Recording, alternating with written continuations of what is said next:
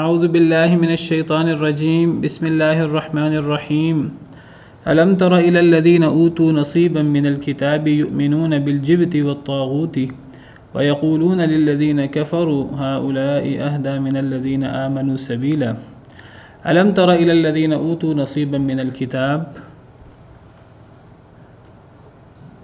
کیا آپ نے دیکھا ایسے لوگوں کو جنہیں دیا گیا ایک حصہ کتاب سے، یؤمنون بالجبت والطاغوت، وہ ایمان لاتے ہیں جبت پر اور طاغوت پر۔ جبت سے مراد کیا ہے؟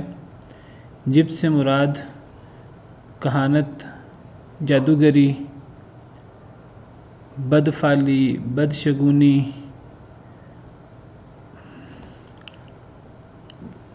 پرندے اڑا کر بدشگونی مراد لینا، خط کھینچ کر بدشگونی، بدفعلی وغیرہ مراد لینا، یہ سب چیزیں جبت میں داخل ہیں۔ کہانت ہو، جادوگری ہو، علم نجوم ہو،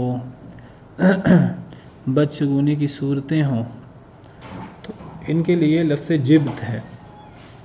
وہ ایمان لاتے ہیں جبت پر، جبت پر ان کا بڑا یقین ہے، کہانت پر، جادوگری پر، بدشگونی کی یہ ساری صورتیں جو ہیں ان پر، وہ طاغوت اور طاغوت پر۔ طاغوت کیا ہے؟ طاغوت سے مراد جھوٹے معبود، ہر وہ جھوٹا معبود جب اس کی عبادت کی جائے وہ اس عبادت پر راضی ہو، خوش ہو، طاغوت۔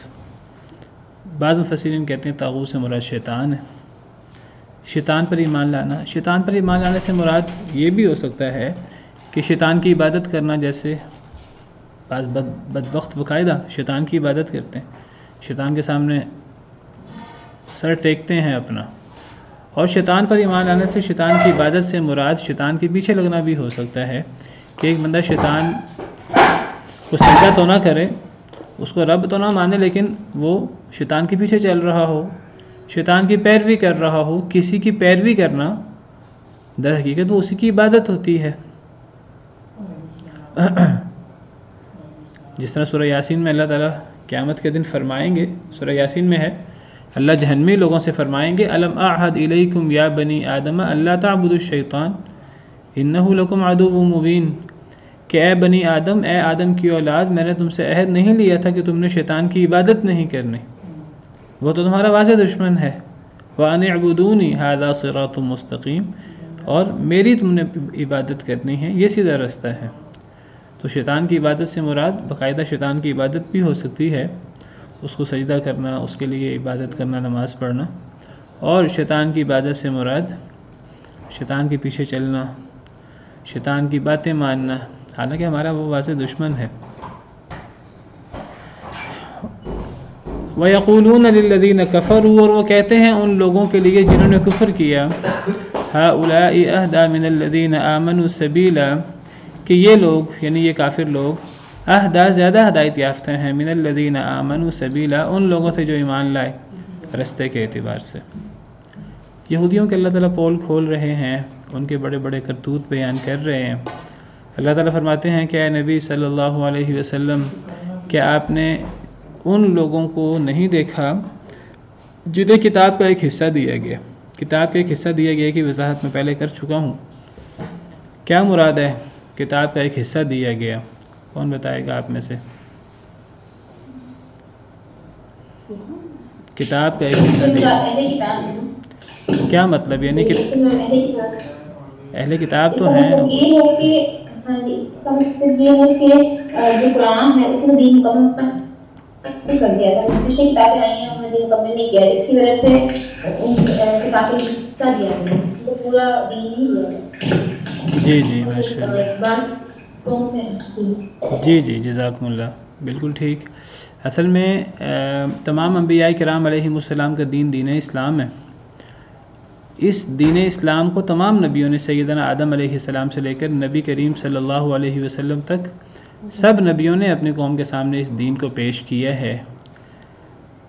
یہود نصارہ ایک تو وہ جو دین پیش ہوا سیدنا موسیٰ علیہ السلام، سیدنا عیسیٰ علیہ السلام، اور حضرت موسیٰ کے بعد جو بہت سارے انبیاء آئے حضرت موسیٰ تک، وہ جو دین پیش کرتے رہے وہ بھی دین اسلام تھا، پہلی بات تو یہ ان میں تحریف ہو چکی ہے، تورات میں بھی انجیل میں بھی، وہ تو پہلے ہی سارا محرف ہے۔ اگر وہ سچا دین بھی ہو، اگر وہ اپنی اصل فارم میں بھی ہوتا بفرض محال، پھر بھی وہ دین اسلام کا ایک حصہ ہے، وہ پورا دین نہیں ہے۔ وہ اس قوم کے لیے، ایک زمانے کے لیے، ایک محدود قوم کے لیے تو وہ تھا، وہ رہتی دنیا کے لیے تا قیامت نہیں تھا۔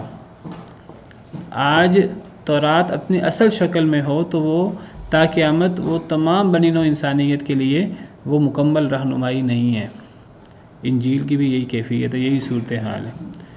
آج تورات چھوڑیں، حضرت موسیٰ آ جائیں صاحب تورات، حضرت عیسیٰ آ جائیں، اور وہ آئیں گے قرب قیامت، اپنی شریعت پر عمل نہیں کریں گے، بلکہ وہ نبی کریم صلی اللہ علیہ وسلم کی شریعت پر عمل کریں گے۔ نبی صلی اللہ علیہ وسلم نے فرمایا کہ اگر موسیٰ آج زندہ ہوں تو آج موسیٰ کو بھی میری پیروی کیے بغیر ان کی خلاصی نہیں ہو سکتی۔ تو وعلیکم السلام ورحمۃ اللہ۔ تو اہل کتاب کا اگر دین اپنی اصل شکل میں موجود ہو، وہ بھی ایک حصہ ہے دین اسلام کا، پورا دین تو وہ بھی نہیں ہے۔ دین مکمل تو ان میں ہوا ہی نہیں، یہود میں اور نصارہ میں۔ یہ تو اعزاز اللہ نے نبی کریم صلی اللہ علیہ وسلم کو اور آپ کی امت کو دیا ہے، کہ جس میں یہ آیت موجود ہے، الیوم اکملت لکم دینکم واتممت علیکم نعمتی ورضیت لکم الاسلام دینا۔ تو کیا آپ نے ان لوگوں کو دیکھا جنہیں کتاب کا ایک حصہ دیا گیا؟ انہیں اہل کتاب، وہ ایمان لاتے ہیں جبت پر اور طاغوت پر۔ تو یہ جبت اور طاغوت جو ساری اللہ کے نافرمانی کی چیزیں ہیں، یہ ان چیزوں میں یہ اہل کتاب بہت زیادہ مبتلا ہیں، حالانکہ ان کو پتہ ہے یہ غلط ہے، لیکن اس کے باوجود دنیاوی مفادات کے لیے وہ مبتلا ہیں ان میں، کہانت میں، جادوگری میں، بدشگونی میں، علم نجوم اور اس کی الٹی سیدھی جو ساری صورتیں ہیں ان میں، اور طاغوت غیر اللہ کی عبادت، جھوٹے معبودوں کی عبادت، شیطان کوئی گمراہ دیا جا سکتا ہے۔ حدیث مبارکہ میں آتا ہے، مسند احمد کی حدیث ہے، نبی صلی اللہ علیہ وسلم نے فرمایا ان العیافۃ والطرق والطیرۃ من الجبت، کہ عیافہ سے مراد کیا ہوتا ہے؟ نیچے لکھا ہوا ہے، راوی ہی اس کی وضاحت کر رہے ہیں، حدیث کے راوی، العیافہ زجر الطیر، پرندے کو ڈانٹ کر، پرندے کو ڈرا کر اڑانا، کہ پرندہ کس طرف اڑتا ہے اس سے بدفعل لی جائے، پرندے کے اڑنے سے فیصلہ کیا جائے ہم نے یہ کام کرنا ہے کہ نہیں کرنا، سفر کرنا ہے کہ نہیں کرنا، کام میں خیر و برکت ہوگی کہ نقصان ہوگا۔ یہ بدشگونی کی بدترین صورت ہے۔ تو عیافہ پرندے اڑانا، والطرق، طرق سے مراد کیا ہے؟ الخط یخط فی الارض، زمین میں خط کھینچنا، اور خط کھینچ کر زائچہ بنا کر کہانت کی مختلف صورتیں۔ والطیرۃ، اور طیارہ تو آپ کو پتہ ہے یہ بدشگونی کو کہتے ہیں۔ یہ سب چیزیں من الجبت، یہ جبت سے ہیں۔ بعض مفسرین کہتے ہیں کہ جبت شیطان کو کہتے ہیں۔ تو بہرحال تو پتہ ہے ان کو اہل کتاب کو کہ یہ ساری چیزیں، کہانت ہو، جادوگری ہو، یہ بدشگونی کی صورتیں ہوں، یہ غلط ہیں ساری چیزیں، اس کے باوجود یہ ان چیزوں کے پیچھے پڑے ہوئے ہیں، بہت زیادہ ان چیزوں میں مبتلا ہیں، وہ طاغوت اور طاغوت میں، غیر اللہ کی عبادت میں، جھوٹے معبودوں کی عبادت میں، شیطان کے پیچھے لگے ہوئے ہیں۔ یہ ان کا بہت بڑا جرم ہے۔ جب یہ بہت بڑا جرم ہے اور اللہ تعالیٰ اس کو کس انداز سے ذکر کر رہے ہیں کہ اے نبی صلی اللہ علیہ وسلم دیکھیے کہ کیسے یہ لوگ جبت میں اور طاغوت میں مبتلا ہیں، اتنا بڑا جرم ہے تو اس کو اس انداز سے بیان کیا جا رہا ہے۔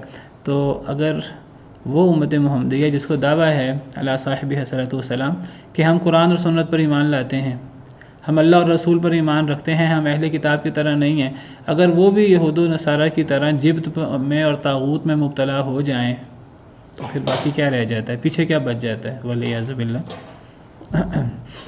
آج آپ کوئی بھی سنڈے میگزین کھول لیں، کوئی بھی جنتری منتری، کوئی بھی آپ جو ہیں وہ اس قسم کی چیزیں کھول لیں، آپ کو ساری جادوگری، ساری کہانت، ساری یہ بدشگونی کی صورتیں، کالی بلی نے رستہ کاٹ لیا ہے، یہ ہو گیا ہے، وہ ہو گیا ہے، یہ ساری آپ کو ملیں گی۔ اور اللہ معاف کرے، غیر اللہ کی عبادت بھی ہے، شیطان کی پیروی بھی ہے، سب کچھ ہے، والعیاذ باللہ۔ تو بہرحال یہ اہل کتاب کی بات ہو رہی ہے کہ وہ جبت پر اور طاغوت پر ایمان لاتے ہیں اور کیا کرتے ہیں، اور وہ کہتے ہیں ان لوگوں کے لیے جنہوں نے کفر کیا، کافروں کو کہتے ہیں، مشرکین کو کہتے ہیں، ہؤلاء اہدی، کہ یہ لوگ، یہ مشرکین لوگ، یہ کافر لوگ زیادہ ہدایت یافتہ ہیں، من الذین آمنوا، ان لوگوں سے جو ایمان لائے، سبیلا، رستے کے اعتبار سے۔ یہ یہودیوں کا ایک کتمان علم تھا، یہودیوں کی ایک غلط بیانی تھی، ایک اللہ پر جھوٹ تھا، افتراء علی اللہ، جو وہ بڑے دھڑلے سے بولا کرتے تھے۔ جب یہود نے دیکھا کہ جس نبی کا ہم انتظار کر رہے ہیں، اس نبی کے انتظار میں باقاعدہ یہود مدینہ آ کر آباد ہوئے تھے، ان کو پتہ تھا کہ اس نبی نے ہجرت کر کے مدینہ میں آنا ہے، اس کی یہ صفات ہیں، وہ باقاعدہ اس نبی کے انتظار میں تھے، اور باقاعدہ سورہ بقرہ میں موجود ہے، دیگر نصوص میں بھی، کہ وہ یہود جو ہیں وہ جب مدینہ میں آ کر آباد ہوئے تو وہ مدینہ کے لوگوں کو ایک دوسرے سے لڑاتے رہتے تھے۔ اوس اور خزرج یہ دو بھائیوں کی اولاد تھی، ان میں آپس میں اختلاف تھا، اس اختلاف کو انہوں نے مزید بڑھاوا دیا یہود نے، تاکہ یہود تھوڑے تھے لیکن اور مدینہ کے لوگ زیادہ تھے، تو یہود ان کو لڑاتے رہتے تھے تاکہ یہ نہ ہو کہ وہ ہم تھوڑے یہودیوں پر غالب آ جائیں، یہ لڑتے رہیں آپس میں تاکہ ان کو اپنے لڑائی کے علاوہ کہیں اور دیکھنے کی فرصت نہ ملے۔ جب وہ لڑتے تھے، اوس اور خزرج کو لڑاتے تھے، کچھ یہود اوس کے ساتھ ہو جاتے، کچھ خزرج کے ساتھ ہو جاتے، اور ان کو لڑاتے اور ظاہراً خود بھی لڑتے، لیکن وہ اندر کھاتے، ایک دوسرے سے مشورے کرتے، ایک دوسرے سے باتیں کرتے اور ایک دوسرے سے کہتے کہ ہم تو اکٹھے ہیں تو ہم تو ان کو لڑاتے ہیں۔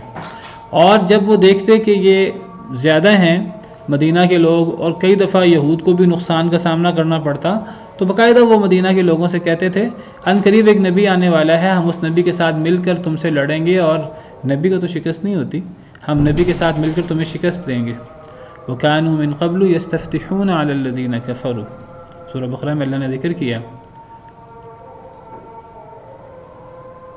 وَلَمَّا جَاءَهُمْ كِتَابٌ مِّنْ عِندِ اللَّهِ مُصَدِّقٌ لِّمَا مَعَهُمْ وَكَانُوا مِن قَبْلُ يَسْتَفْتِحُونَ عَلَى الَّذِينَ كَفَرُوا، ان کے پاس کتاب آ گئی، قرآن، جو کتاب ان کی کتابوں کی تصدیق کرتی ہے، سیدنا موسیٰ، سیدنا عیسیٰ علیہ السلام اجمعین، ان کی تصدیق کرتی ہے، ان کی تعلیمات کی تصدیق کرتی ہے۔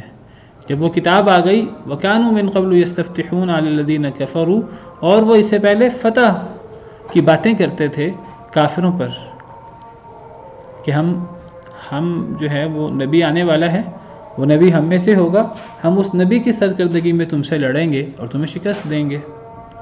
فلما جاءہم ما عرفوا کفروا بہ، اللہ فرماتے ہیں جب آ گیا ان کے پاس وہ جس کو انہوں نے بخوبی پہچان بھی لیا، ایسے پہچان لیا قرآن کی دوسری آیت میں جیسے بیٹوں کو پہچانتے ہیں، پھر کفر کر دیا، انکار کر دیا۔ کیوں انکار کیا؟ اوہو وہ تو بنی اسرائیل کی وجہ بنی اسماعیل میں سے آ گئے، بنی اسماعیل والے کو تو ہم برداشت نہیں کریں گے، وہ تو بدوی لوگ ہیں، صحرائی لوگ ہیں، ہم ان میں موجود نبی کو کیسے برداشت کریں؟ اگر نبی کو مان لیا یہ سچے نبی ہیں تو بنی اسماعیل، بنی اسرائیل پر غالب آ جائیں گے۔ وعلیکم السلام ورحمۃ اللہ وبرکاتہ۔ کتنی چھوٹی سی چیز تھی، کتنی سطحی سی چیز تھی، جس سطحی سی چیز کی وجہ سے انہوں نے اپنی دنیا آخرت تباہ کر لی کہ جی اگر ہم نے، حالانکہ وہ نبی کریم صلی اللہ علیہ وسلم کو قرآن کو اس طرح پہچانتے تھے جس طرح اپنے بیٹوں کو پہچانتے، ان کو نبی صلی اللہ علیہ وسلم کی حقانیت پر 100% یقین تھا، قرآن کی حقانیت پر 100% یقین تھا، وہ ساری نشانیاں جو تورات و انجیل میں موجود تھیں، نبی صلی اللہ علیہ وسلم کی، قرآن کی، صحابہ کی، اس جگہ کی جس جگہ نبی صلی اللہ علیہ وسلم نے آنا تھا اور ہجرت کرنی تھی، یہ ساری تفصیلات تورات و انجیل میں موجود تھیں، وہ پہچانتے تھے، 100% پہچانتے تھے، سورج کی طرح پہچانتے تھے، جیسے اپنے بیٹوں کو پہچانتے ہیں ایسے پہچانتے تھے، صرف اس لیے انکار کر دیا، حسد کرتے ہوئے کہ یہ اللہ کی رحمت اور اللہ کا فضل بنی اسماعیل میں کیوں ہو گیا، یہ سارے نبی تو ہم میں سے آ رہے تھے، یہ تو بنی اسماعیل ہمیشہ سے ہم سے نیچے تھے، اور یہ جنگلی لوگ تھے، یہ صحرائی لوگ ہیں، خانہ بدوش لوگ ہیں، نہ ان کے پاس کوئی سبزہ ہے، نہ ان کے پاس کوئی نہریں ہیں، نہ ان کے پاس کوئی بارشیں ہوتی ہیں، نہ ان کے پاس کوئی حسن ہے، یہ ہمیشہ سے ہم سے پیچھے ہیں، تو یہ نبی ان میں سے آ گیا اور وہ نبی بھی نبی آخر الزمان، تو یہ تو ہم سے بڑھ جائیں گے آگے، انکار کر دیا۔ فلعنۃ اللہ علی الکافرین، اللہ فرماتے ہیں لعنت ہو ایسے کافروں پر، ایسے انکار کرنے والوں پر۔ تو اب ان یہود نے کیا کیا، لوگ ان کو پڑھا لکھا سمجھتے تھے. کفار مکہ یا عرب کے لوگ وہ پڑھے لکھے نہیں ہوتے تھے، زیادہ لکھنا پڑھنا نہیں جانتے تھے، امی کہا جاتا تھا ان کو،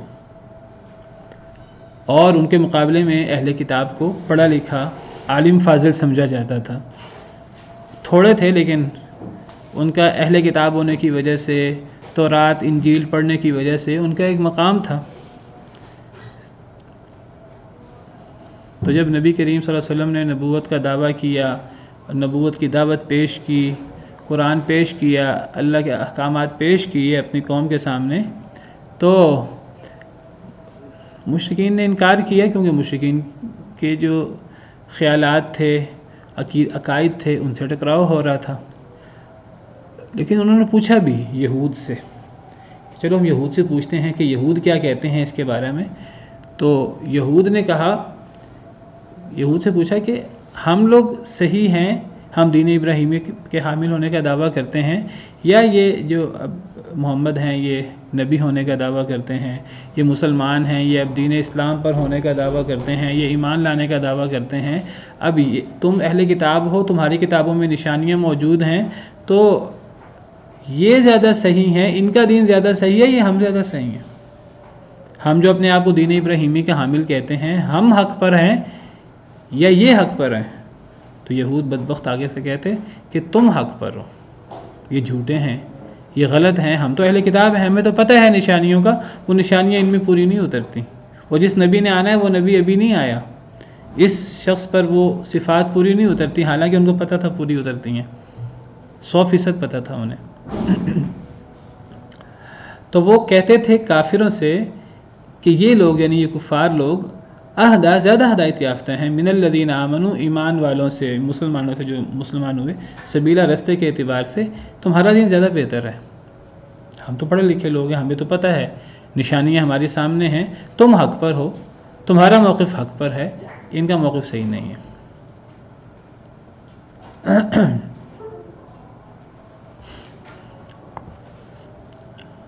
اللہ فرماتے ہیں اولئک الذین لعنہم اللہ، یہی وہ لوگ ہیں لعنت کر دی ان پر اللہ نے، ان یہودیوں پر، ان اہل کتاب پر، جو یہ جانتے بوجھتے جھوٹ بولتے ہیں. جب کوئی شخص جانتے بوجھتے جھوٹ بولے تو جھوٹے پر اللہ کی لعنت ہوتی ہے. فنجعل لعنت اللہ علی الکاذبین.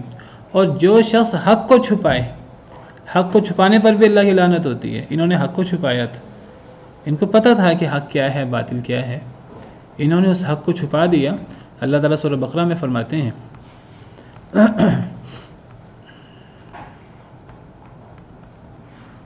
ان الذين يكتمون ما انزلنا من البينات والهدى من بعد ما بيناه للناس في الكتاب اولئك يلعنهم الله ويلعنهم اللاعنون. سورہ بقرہ آیت نمبر 159.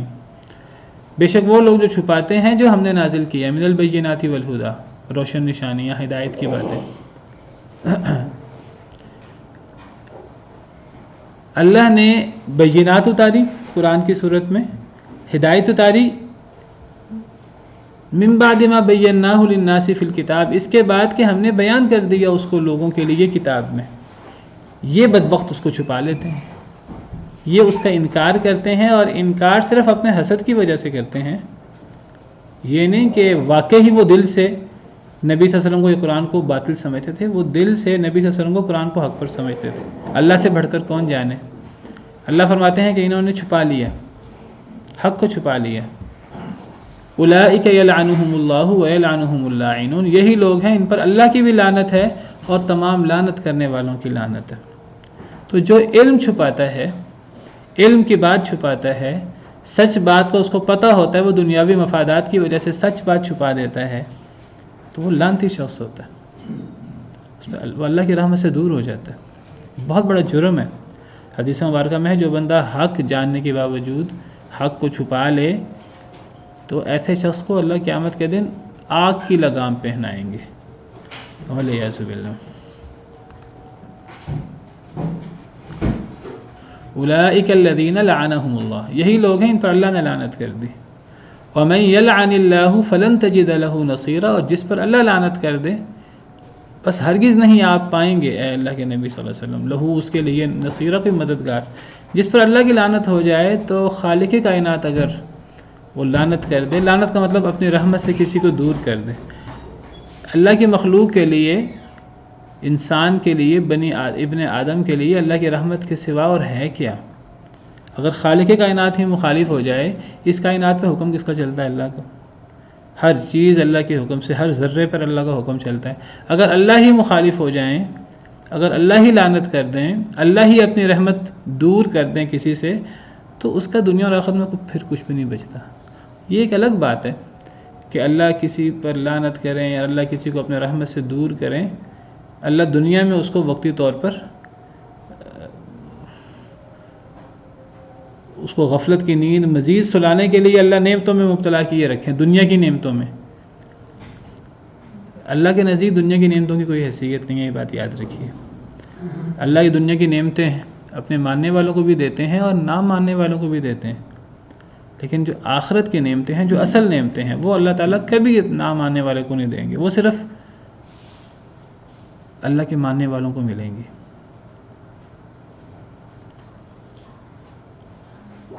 دنیا اللہ مومن کو بھی دیتے ہیں، کافر کو بھی دیتے ہیں، لیکن آخرت اللہ تعالیٰ صرف مومن کو دیتے ہیں، کیونکہ آخرت کی نعمتیں بہت زیادہ ہیں.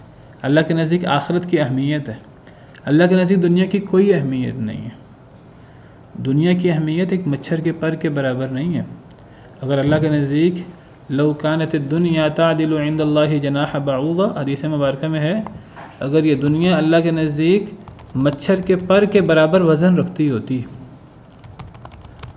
مچھر کے پر کے برابر اگر وزن رکھتی ہوتی، لما سقا کافرا شربۃ ماء او کما قال علیہ الصلوۃ والسلام.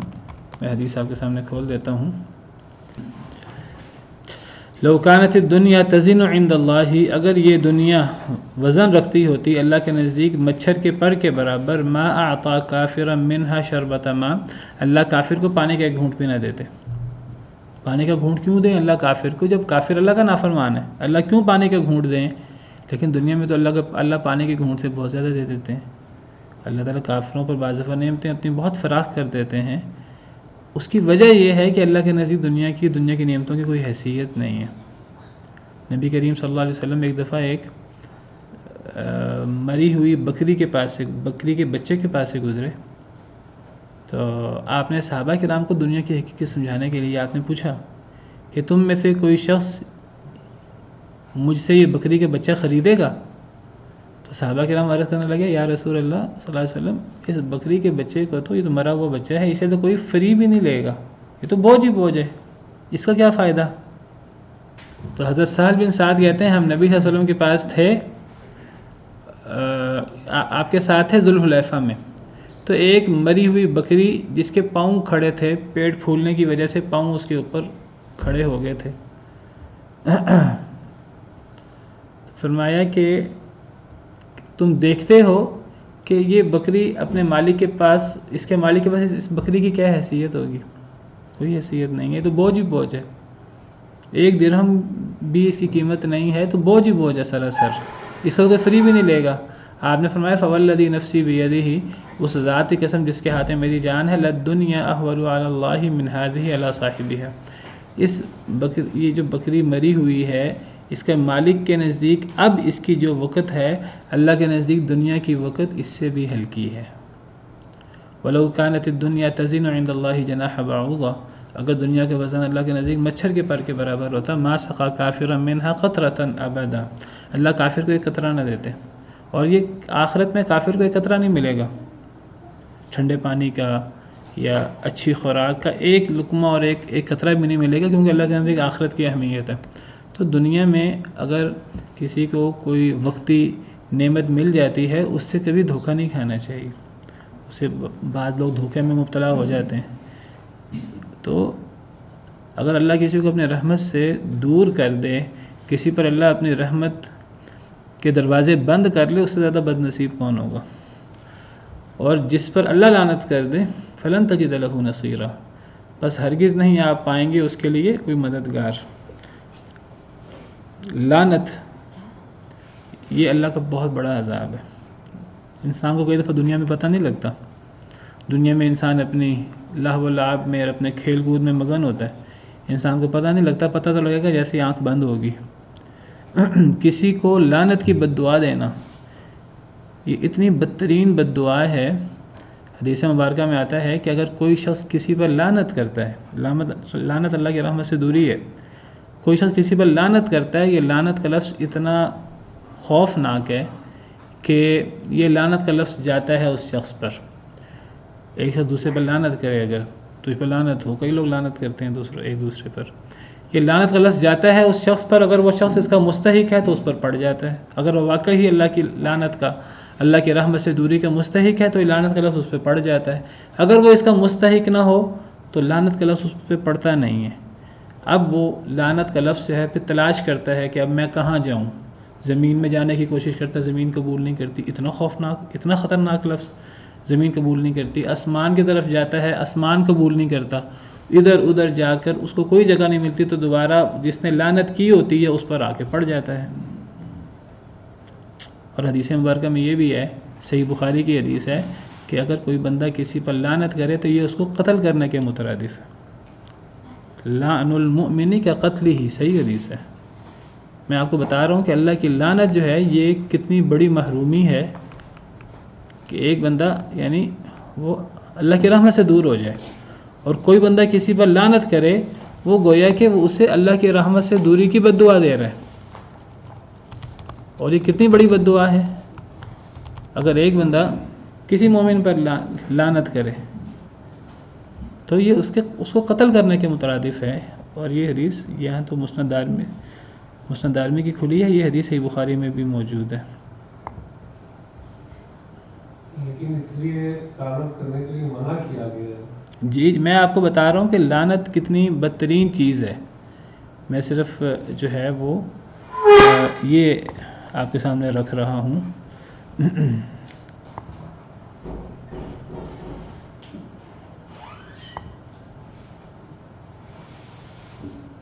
جی یہ صحیح بخاری کی حدیث ہے 6047۔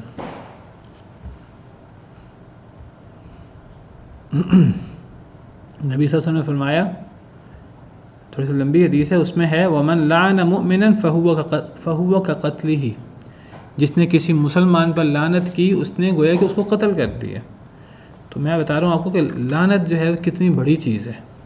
تو جو بندہ اس طرح جو ہے وہ دین کو، حق کو چھپائے، اللہ پہ جھوٹ گڑھے، اور اہل کتاب کو بھی پتہ ہے کہ مشرکین غلط ہیں اور انہوں نے حضرت ابراہیم علیہ السلام کے دین کو بگاڑ دیا ہوا ہے، اس کا اہل کتاب کو پتہ ہے، لیکن اہل کتاب صرف اس لیے کہ وہ محمد صلی اللہ علیہ وسلم بنی اسماعیل میں سے کیوں آگے ہیں، صرف اس غصے کی وجہ سے انہوں نے حق کو چھپاتے ہوئے انہوں نے کہا کہ مسلمان غلط ہیں، ایمان والے غلط ہیں، اور مشرکین جو ہیں یہ صحیح ہیں، اور ان کا دین زیادہ صحیح ہے۔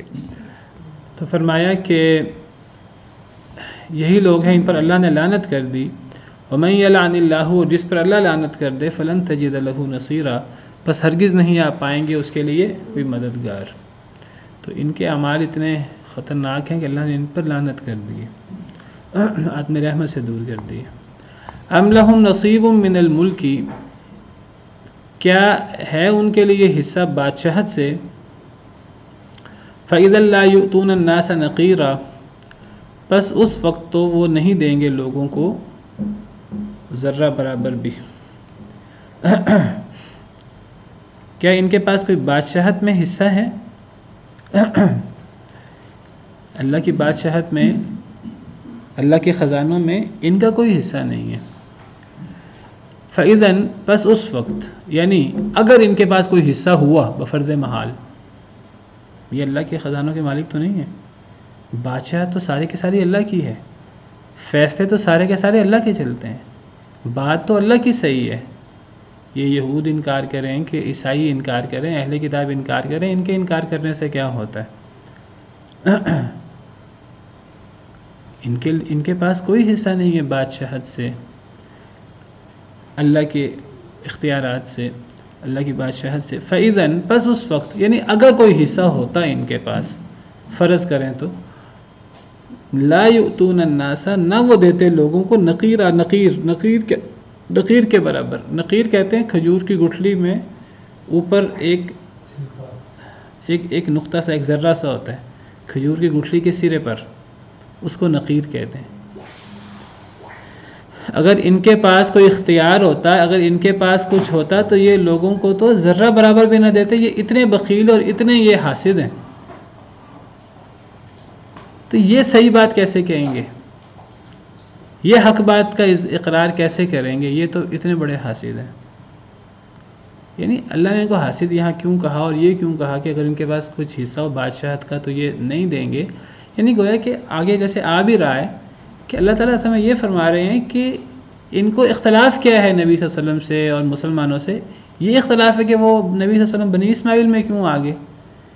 بھئی اللہ تعالیٰ نے بنی اسرائیل میں ہزاروں انبیاء بھیجے، وہ اگر ہزاروں انبیاء تمہارے پاس آ گئے تو ایک نبی بنی اسماعیل میں چلا گیا تو تمہیں کیا تکلیف ہو گئی؟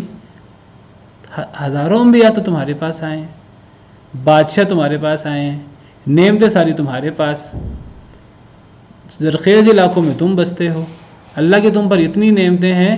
اب اللہ نے ایک نعمت، بہت بڑی نعمت ہے نبی صلی اللہ علیہ وسلم، وہ اللہ نے دے دیے بنی اسماعیل کو، تو تم اتنے حاسد ہو گئے، تم اتنے بخیل ہو گئے.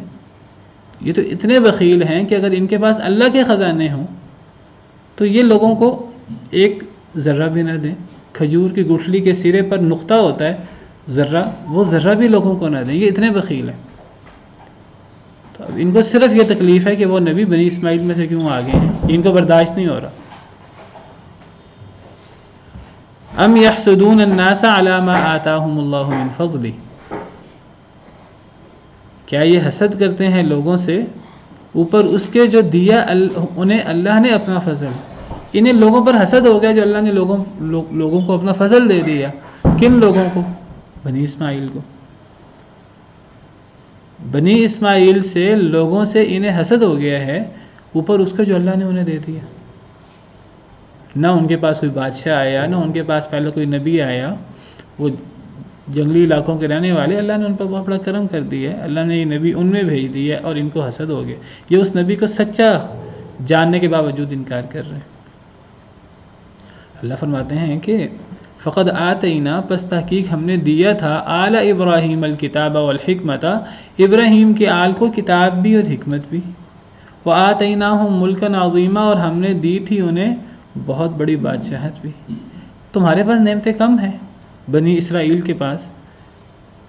بنی اسرائیل آل ابراہیم میں بنی اسرائیل بھی آتے ہیں، بنی اسماعیل بھی آتے ہیں. یہاں بنی اسرائیل مراد ہیں کیونکہ بنی اسماعیل کا تو ان کو غصہ آ رہا ہے کہ ان میں نبی کیوں آ گیا، ان کو حسد ہو رہا ہے.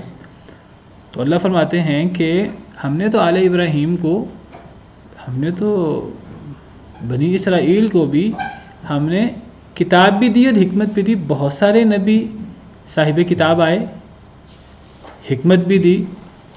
کتاب کے علاوہ جو وحی ہوتی ہے ہم نے وہ بھی اتاری، اور ہم نے انہیں بادشاہت بھی دی. صرف اللہ نے نبی نہیں بھیجے بنی اسرائیل میں، بادشاہ بھی بھیجے. حضرت داؤد جیسے بادشاہ، حضرت سلیمان علیہ السلام جیسے بادشاہ، جو بادشاہ بھی تھے نبی بھی تھے. نبی بھی بھیجے، صرف نبی بھی بھیجے، صرف بادشاہ بھی بھیجے، بادشاہ نبی بھی بھیجے.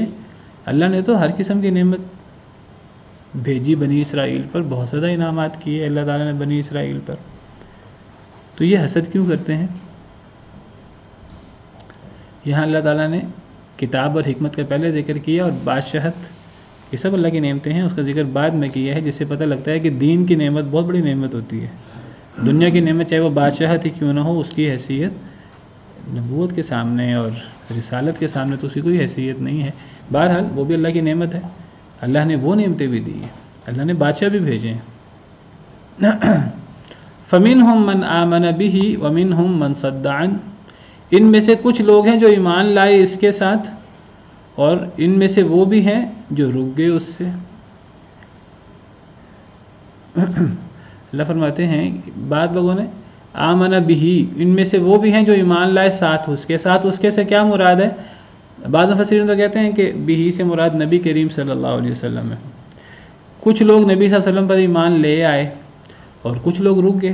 زیادہ تر کفر کیا، انہوں نے انکار کیا، تھوڑے لوگ ایمان لے آئے، کئی یہودی مسلمان بھی ہو گئے، سیدنا عبداللہ بن سلام وغیرہ ان جیسے، کئی عیسائی بھی مسلمان ہو گئے۔ بعض مفسرین کہتے ہیں بہی کی ضمیر لوٹ رہی ہے وہ جو آل ابراہیم کو اللہ نے کتابیں اور حکمت دی تھی، ان میں سے کئی تو ایسے بھی بدبخت ہیں، یہ ان کی تو تاریخی بدبختی سے بھری ہوئی ہے ان اہل کتاب کی، ان میں سے کئی لوگ اپنے ہی نبیوں پر بھی ایمان نہیں لائے، بنی اسرائیل پر بھی ایمان نہیں لائے، بنی اسرائیل کے نبیوں میں۔ یہاں تو ان کو اب حسد ہے کہ وہ بنی اسماعیل میں کیوں آگے ہیں، یہاں تو حسد کی وجہ سے ایمان نہیں لا رہے، ان کی تو تاریخ ایسی ہے، ان میں سے کئی لوگ بنی اسرائیل کے انبیاء کرام علیہم السلام پر بھی جانتے بوجھتے ایمان نہیں لائے۔ ہم نے پڑھا سورہ بقرہ میں افکلما جاءکم رسول بما لا تہوی انفسکم، کیا جب کبھی تمہارے پاس وہ رسول آیا، وہ چیز لایا جو تمہیں پسند نہیں آئی، تو ایک گروہ کو تم نے جھٹلا دیا اور ایک گروہ کو تم قتل کر دیتے تھے۔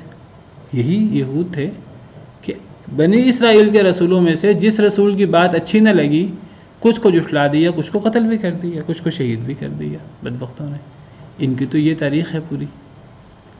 تو یہ اس وقت نیکی اور تقوی اور یہ اس وقت یہ عذر کیا پیش کرتے ہیں، فلاں حق ہے فلاں باطل ہے، یہ سارا کتمان علم اور سارا افتراء علی اللہ ہے، اس کے علاوہ کچھ بھی نہیں ہے۔ یہ اگر نبی صلی اللہ علیہ وسلم پر ایمان نہیں لائے تو یہ تو پہلے بھی ایمان نہیں لائے تھے۔ تو بعض مفسرین نے بھی کی ضمیر نبی صلی اللہ علیہ وسلم تک لٹائی ہے، بعض نے پچھلے انبیاء کرام علیہم السلام کی طرف جن کا پیچھے ذکر ہوا۔ اللہ فرماتے ہیں وَكَفَىٰ بِجَهَنَّمَ سَعِيرًا، کوئی بات نہیں، کس کا نقصان ہے، کافی ہے جہنم بھڑکتی ہوئی آگ، ان کو بھڑکتی ہوئی آگ کافی ہے، یہ خود ہی بھگت لیں گے، یہ اپنے انکار کی سزا خود ہی لے لیں گے۔ اس کا نقصان جیسے پہلے کئی دفعہ بات ہو چکی کہ کافر کے کفر کا نقصان اللہ کو تو نہیں ہوتا، اسلام کو تو نہیں ہوتا، نبی صلی اللہ علیہ وسلم کو تو نہیں ہوتا، اس کا اصل نقصان تو اسی کو ہوتا ہے۔ دنیا میں اگر تھوڑا بہت مہلت مل جائے، دنیا کی مہلت کی حیثیت ہی کوئی نہیں ہے، ذرہ برابر حیثیت نہیں ہے اس کے آخرت کے مقابلے میں۔ کافی ہے جہنم بھڑکتی ہوئی آگ ان کی سزا کے لیے، ان اہل کتاب کے کفار کے لیے۔ ان الذین کفروا بآیاتنا سوف نصلیہم نارا، بے شک وہ لوگ جنہوں نے کفر کیا ہماری آیات کے ساتھ، سوف نصلیہم نارا، ان قریب ہم داخل کر دیں گے ان کو آگ میں۔ یہ پچھلی آیت میں وکفا بجہنم سعیرا، کافی ہے جہنم بھڑکتی ہوئی آگ، پیچھے تو ذکر اہل کتاب کا ہو رہا ہے، اہل کتاب اور ان کے منکرین کا۔ اللہ فرماتے ہیں جتنے مرضی سرکش ہو جائیں، جتنی مرضی مخالفت کر لیں، سزا خود ہی بھگتیں گے۔ اہل کتاب کے کفار کا ذکر تھا، آگے اللہ نے فرمایا کہ صرف اہل کتاب کے کفار ہی جہنمی نہیں ہیں، اور دیگر اہل کتاب کے علاوہ بھی جو بھی کفر کرے، مشرکین مکہ میں سے یا دیگر لوگوں میں سے جو بھی کفر کرے گا ہماری آیات کے ساتھ، ہمارے معجزات کے ساتھ، سوف نصلیہم نارا، ان قریب ہم داخل کر دیں گے ان کو بھی آگ میں۔ یہ صرف اہل کتاب کے لیے نہیں ہے جہنم، یہ ہر کافر کے لیے ہے، ہر انکاری کے لیے ہے۔ کلما نضجت جلودہم، جب بھی گل جائیں گے ان کے چمڑے، بدلناہم جلودا غیرہا، ہم بدل دیں گے ان کو چمڑے ان کے علاوہ، لیذوقوا العذاب، تاکہ وہ عذاب چکھیں۔ والعیاذ باللہ، جہنم کا عذاب تو اتنا ہولناک ہے کہ ایک تو وہ دنیا کی آگ سے جہنم کی آگ 70 گنا زیادہ ہے۔ دنیا کی آگ انسان سے ایک لمحہ برداشت نہیں ہوتی، جہنم کی آگ ایک لمحے کے، دنیا کی آگ کا ایک لمحہ اور جہنم کی آگ کا ایک لمحہ، جہنم کی آگ 70 گنا زیادہ ہے۔ پھر وہ کچھ لمحوں کے لیے تو ہے ہی نہیں، وہ تو ہمیشہ ہمیش کے لیے، اور اس نے کبھی ہلکا نہیں ہونا، اس نے تو بڑھتے رہنا ہے، اس کی سختی، اس کی شدت، اس کے عذاب نے ہمیشہ بڑھنا ہی ہے۔ فذوقوا فلن نزیدکم الا عذابا، چکھو ہم ہرگز نہیں زیادہ کریں گے تمہیں مگر عذاب میں ہی۔ اس آگ نے کبھی ہلکا بھی نہیں ہونا۔ دنیا کی آگ، انسان کو دنیا کا تجربہ ہے، دنیا کی آگ ہلکی ہو جاتی ہے، انسان سمجھتا ہے کہ مسلسل آگ کیسے جلتی رہے گی۔ اللہ نے یہ غلط فہمی بھی دور کر دی، کلما خبت زدناہم سعیرا، جب بھی وہ آگ ہلکی ہونے لگے گی ہم اس کو مزید بھڑکا دیں گے۔ کبھی وہ آگ ہلکی ہوگی نہیں، وہ آگ تو کبھی ہلکی ہوگی نہیں۔ تو اس آگ سے وقتی طور پر کچھ دیر کے لیے کیا کسی کو چھٹکارا ہو جائے گا؟ کیا کسی سے عذاب کی تخفیف ہو جائے گی؟ کافر تمنا کریں گے، دعائیاں دیں گے، کاش کہ ہمیں ایک دن کے لیے آگ، ہمیں عذاب کی تخفیف کر دی جائے، ایک دن کے لیے صرف۔ تو ان کی یہ دعا بھی رائگاں جائے گی۔ وقال الذين في النار لخزنة جہنم ادعوا ربكم يخفف عنا يوما من العذاب، جہنمی لوگ، جہنم کے کافر جہنم کے دروغوں سے کہیں گے کہ ہماری تو وہ سنتا نہیں، تم اپنے رب کو پکارو کہ وہ ہم سے ایک دن عذاب ہلکا کر دے۔ قالوا اولم تک تأتیکم رسولکم بالبینات، وہ کہیں گے کیا تمہارے پاس رسول نہیں آئے تھے روشن نشانیاں لے کر، ہدایت کی باتیں لے کر؟ قالوا بلا، وہ کہیں گے ہاں وہ تو آئے تھے۔ قالوا فادعوا، وہ کہیں گے پھر خود ہی پکارو۔ وما دعاء الکافرین الا فی ضلال، اور کافروں کی پکار رائے جائے گی والعیاذ باللہ۔ یہاں اللہ فرما رہے ہیں کہ جہنم کی آگ اتنی ہولناک ہے جو اہل کتاب کفار کے لیے، غیر اہل کتاب کفار کے لیے، ہر قسم کے کافر کے لیے ہے کہ اس آگ کی جو تکلیف ہے وہ جسم کو ہوتی ہے، جلد کو ہوتی ہے۔ تو جب ان کی جلد جل جائے گی، چمڑے ان کے جل جائیں گے، تو یہ نہ سمجھیں کہ پھر عذاب ہلکا ہو جائے گا، پھر عذاب محسوس نہیں ہوگا۔ ہم چمڑے بدل دیں گے، ہم بدل دیں گے ان کے چمڑے اس کے علاوہ، پہلے چمڑوں کے علاوہ، لیذوقوا العذاب، تاکہ مزید عذاب چکھیں۔ والعیاذ باللہ، ایک ایک دن میں پتہ نہیں کتنی دفعہ جو ہیں وہ مختلف اقوال ہیں صحابہ کرام کے، علماء کے، کہ 70 دفعہ جو ہیں وہ چمڑے تبدیل ہوں گے والعیاذ باللہ، تاکہ عذاب زیادہ سے زیادہ ملے۔ پھر ان کے جسم لمبے کر دیے جائیں گے، بڑے کر دیے جائیں گے۔ بعض احادیث سے پتہ لگتا ہے کہ ایک ایک داڑھ جو ہے وہ جبل احد کے برابر ہوگی، تاکہ عذاب زیادہ سے زیادہ ہو، تاکہ جسم کے ایک ایک حصے کو اور ایک ایک ذرے کو عذاب ہو، اور ان کو پتہ لگے دنیا کے اندر انہوں نے کتنی بڑی اللہ کے نافرمانی کی اور انہوں نے کتنی بڑی نحوست کی یہ شکار ہوئے والعیاذ باللہ۔ ان اللہ کان عزیزا حکیما، بے شک اللہ تعالیٰ بہت غالب، بہت حکمت والے ہیں۔ یہ کوئی ظلم نہیں ہے اللہ کا، ذرہ برابر ظلم نہیں، کیونکہ اللہ تو ذرہ برابر ظلم نہیں کرتے۔ ان اللہ لا یظلم مثقال ذرہ، اللہ ہر بات پہلے کھول چکے ہیں، اللہ ہر بات سینکڑوں بار بتا چکے ہیں۔ اب کوئی پڑھے ہی نہ، یا کوئی پڑھ کے جو ہے وہ آنکھیں بند کر لے کبوتر کی طرح، تو اس کا تو کوئی فائدہ نہیں ہے۔ اللہ کے غضب سے انسان بچ کر کہیں نہیں جا سکتا، اللہ کے غضب سے بچ کر اللہ کی رحمت کی پناہ میں آ سکتا ہے۔ وہ اللہ کو راضی کر لے، اپنے گناہوں کی معافی مانگ لے، اللہ سارے گناہ معاف کر دیتے ہیں۔ کوئی اللہ کی طرف پلٹ کر تو دیکھے، تو کوئی نہ پلٹے، اللہ کا انکار کرے، اللہ کی باتوں کا انکار کرے، نبیوں کا انکار کرے، تو سزا بہت سخت ہے۔ جب کافروں کے لیے اتنی سخت سزا ہے تو اس کے بالمقابل ایمان والے، والذین آمنوا وعملوا الصالحات، وہ لوگ جو ایمان لائے اور جنہوں نے نیک عمل کیے، سندخلہم جنات تجری من تحتها الانہار خالدین فیہا ابدا، ان قریب ہم داخل کریں گے انہیں باغات میں جن کے نیچے سے نہریں بہتی ہیں، خالدین فیہا ابدا، وہ ہمیشہ ہمیشہ رہیں گے اس میں، ہمیشہ ہمیشہ۔ ایمان، جو لوگ ایمان لائے کافروں کے بالمقابل، اور ایمان صرف زبان سے نہیں ہوتا، ساتھ عمل سے دلیل دینی پڑتی ہے، ساتھ عمل صالح کرنے ہوتے ہیں جو دلیل ہوتی ہے ایمان کی۔ تصدیق بالقلب، قول باللسان وعمل بالارکان، دل میں تصدیق ہو، زبان پہ اقرار ہو، اور عمل اس کی گواہی دے، عمل بالارکان، اللہ کے احکامات پر عمل، رسول کے احکامات پر عمل۔ ایسے لوگوں کے لیے باغات ہیں، جنتیں ہیں جن کے نیچے سے نہریں بہتی ہیں، وہ ان میں ہمیشہ ہمیشہ رہیں گے۔ لہم فیہا ازواج مطہرہ، ان کے لیے اس میں پاکیزہ بیویاں ہوں گی۔ جنت کے اندر بھی اللہ تعالیٰ جوڑے بنائیں گے، اور جنت کے اندر بھی شادی ہوگی مردوں کی عورتوں کے ساتھ، اور وہاں یہ نعمت بہت اعلیٰ قسم کی ہوگی دیگر نعمتوں کی طرح۔ پاکیزہ بیویاں ہوں گی جو ہر قسم کے ظاہری باطنی نجاست سے اور عیبوں سے پاک ہوں گی۔ وَنُدْخِلُهُمْ ظِلًّا ظَلِيلًا، اور ہم داخل کریں گے انہیں سایوں میں، لمبے سایوں میں داخل کریں گے۔ سایوں کا ذکر قرآن میں جگہ جگہ آتا ہے، خاص طور پر عرب علاقوں کی مناسبت سے۔ عرب علاقوں میں گرمی بہت زیادہ ہوتی ہے، ان کے نزدیک سایہ بہت بڑی نعمت ہے۔ کئی دفعہ وہ علاقے جو ٹھنڈے ہیں وہاں سایہ کی نعمت کا زیادہ احساس نہیں ہوتا۔ عرب علاقوں کو مد نظر رکھیں تو سایہ بہت بڑی نعمت ہے، تو لمبے سایوں میں داخل ہوں گے، ایسے ایسے درخت جن کا سایہ 100 سال کی مسافت۔ سبحان ربک رب العزت عما یصفون وسلام علی المرسلین والحمد للہ رب العالمین۔